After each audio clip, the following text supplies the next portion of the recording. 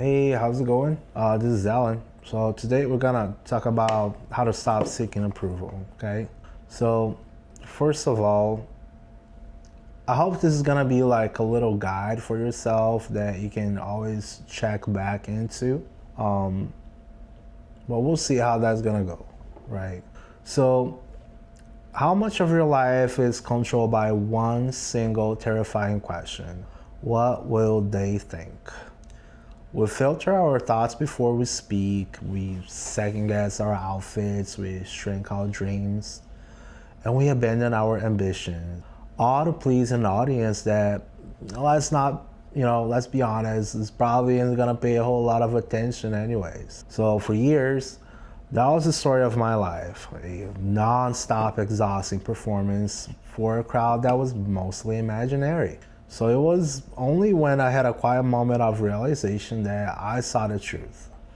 I was living for everyone else but myself, and I was hooked. So in this video, we're not just going to talk about the idea of ditching the need for approval. We're also going to walk through the practical step-by-step path to get you to, true self-reliance, so you can finally break free.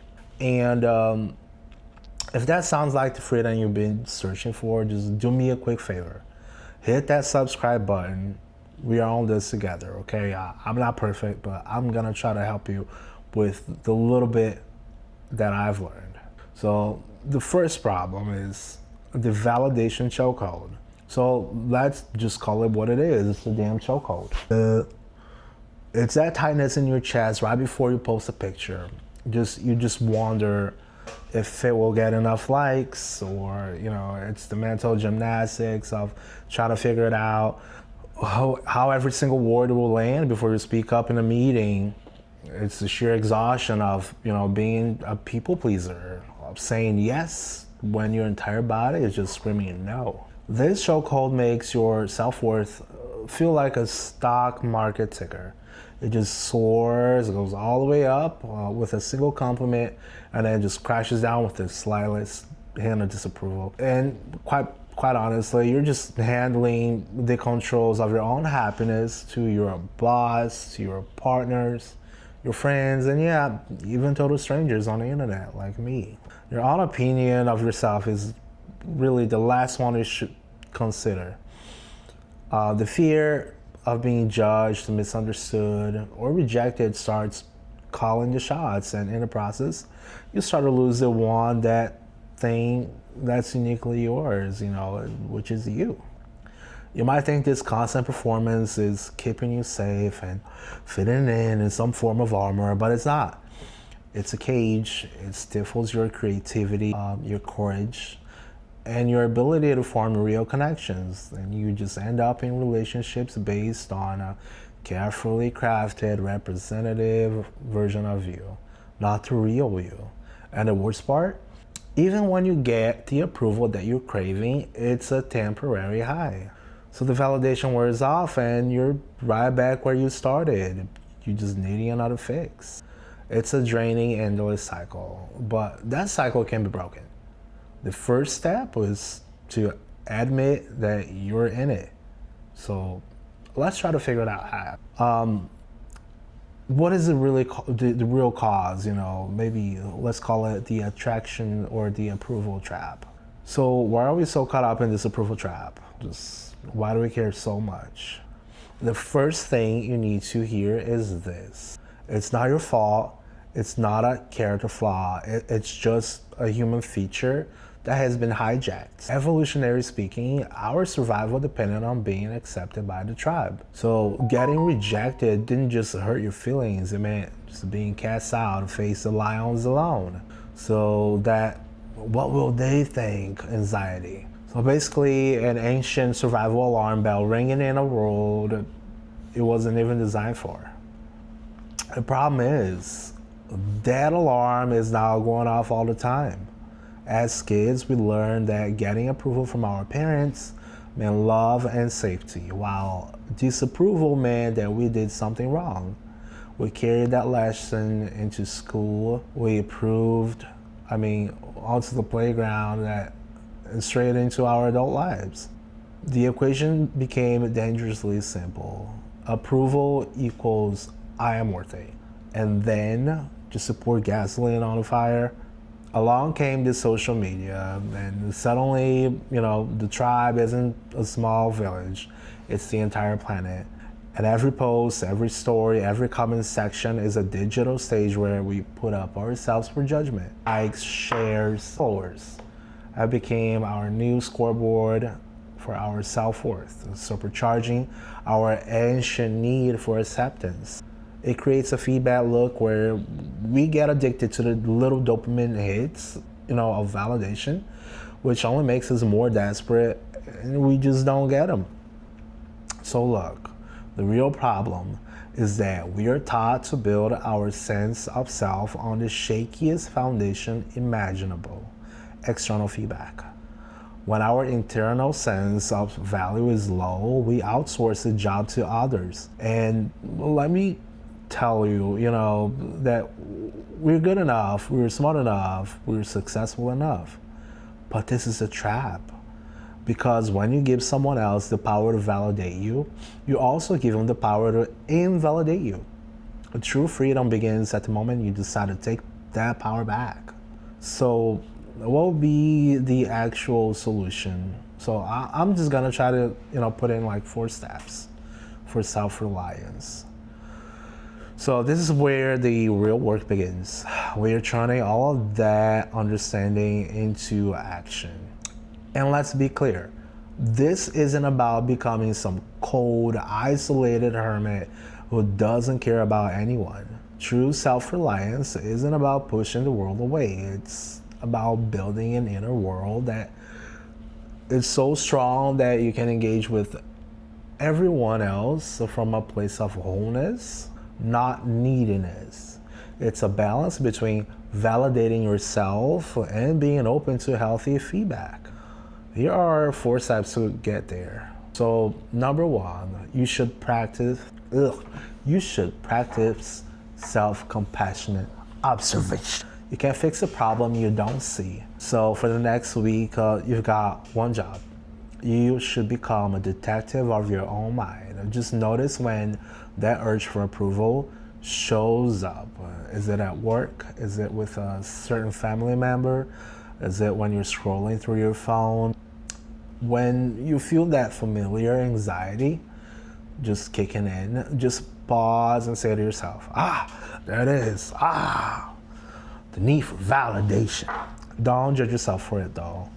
Don't feel ashamed. Just see it, just treat it, treat yourself with the same kindness you give to a friend. This does 2 critical things. First, it creates a tiny bit of space between the feeling and your reaction. That space is where your power is. The second, it breaks the cycle of self-criticism. Berating yourself for seeking approval just makes you feel worse, which ironically makes you want more approval. So self-compassion is the only thing that breaks in. You can build a new house on a foundation that you're constantly tearing down. So step number 2, keep promises to yourself, just so you can build self-trust. External validation only feels necessary when you don't have internal trust. The bedrock of self-reliance is self-trust, and you build it the same way you build trust with anyone else. You keep your promises. So try to start small. Ridiculously small. Like, if you promise yourself you'll drink a glass of water when you wake up, then you just do it. Drink that glass of water. If you promise yourself you'll take a 10-minute walk, then do it. Take the 10-minute walk. If you promise you'll read 1 chapter of a book, then do it. Every single time you keep a promise to yourself, no matter how tiny, you're casting a vote to, for the belief that you are reliable. You can rely on yourself. You're sending a powerful message to your brain. I can count on myself. Your worth shouldn't be based on whether someone else claps for you. It should be based on the rock solid evidence that you show up for yourself. Over time, these small acts of integrity build an unshakable core of self-trust. The opinions of others become what they should have been all along, just data, just information. Maybe interesting, but not the ultimate measure of your worth. Your own voice becomes the one that matters most. And, let's try it on step number 3.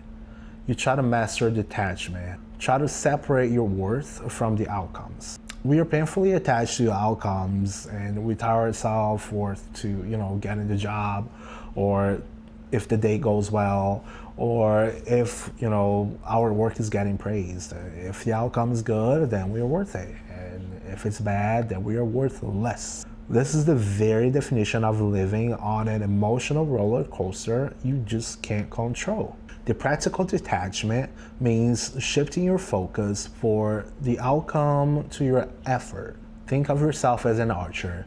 Your job is to choose the right arrow. Aim with focus, seize the string with skill. You control the process, but once the arrow leaves the bow, you don't control the wind. Suddenly, a sudden movement of the target or other dozen variables. Your worth is being a good archer, not hitting the bullseye every single time. Did you act with integrity? Did you give it your best shot?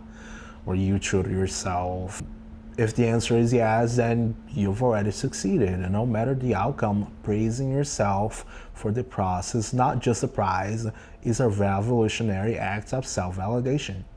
It frees you from the anxiety of results you can't control and anchors your worth in something you always can, your own actions. So let's go into step 4. Try to engage into intentional solo time. Try to become your own companion. A lot of people who crave approval are secretly terrified of being alone, because in this silence, they have to face the one opinion they have been avoiding, their own. You have to learn to turn solitude from something you fear into something that fuels you. It isn't about just being lonely. It's about, learning how to be with yourself. So try to schedule time to be alone, leave your phone behind, go for a walk, take yourself out for coffee, or just sit quietly and just listen to your own thoughts. At first, this is going to feel weird. Your brain will scream for a distraction. Just stay with it. This is where you get to know the real you. Ask yourself, what do I actually want? What makes me happy? Apart from anyone else's expectations, what do I really believe in? See, journaling here can be also a game changer. Write down your thoughts, your fears, your dreams without a filter. It's a private conversation with yourself. Just by consistently spending quality time alone, you just get to learn that you are enough company. You become your own friend and your own advisor and your own source of comfort. When you genuinely enjoy your own company, needing others' approval goes from a desperate craving to, a pleasant take it or leave it bonus. It's like you're either good with it or without it. So just to conclude, the journey from seeking approval to true self-reliance is really the journey back home to yourself. It's about unplugging from the chaotic noise of everyone else's expectations and tuning into the steady, quiet voice within you. Now, I'm not going to lie. This path, it just isn't always easy. It takes conscious effort to unlearn years, maybe decades of conditioning. But the freedom waiting for you is immeasurable. Imagine making choices that actually line up with your values, living with your values. Imagine having relationships where you are actually loved for who you really are and not the person you pretend to be. Imagine feeling a sense of peace that just doesn't rise and fall with anyone else's opinion. That is a promise of self-reliance. Not a life of lonely isolation, but a life of authentic, empowered connection, starting with yourself. You're not a problem to be fixed. You're a person to be discovered. You have everything you need right inside of you. to be your own anchor in any storm. And the work simply begins, by trusting it. So anyways, I want to thank you for watching and walking this path with me today. If this video resonated with you, please give it a like, to share with others, and who might need to hear this message. I really want to hear from you in the comments down below. Tell me which of the 4 steps you're going to try starting this week. Honestly, like, reading your comments is my favorite part of all of this.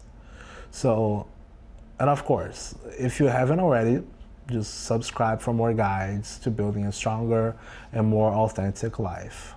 And because I also would like to have some views. Now, thank you so much for being here. I hope to see you later. Peace. Bye-bye.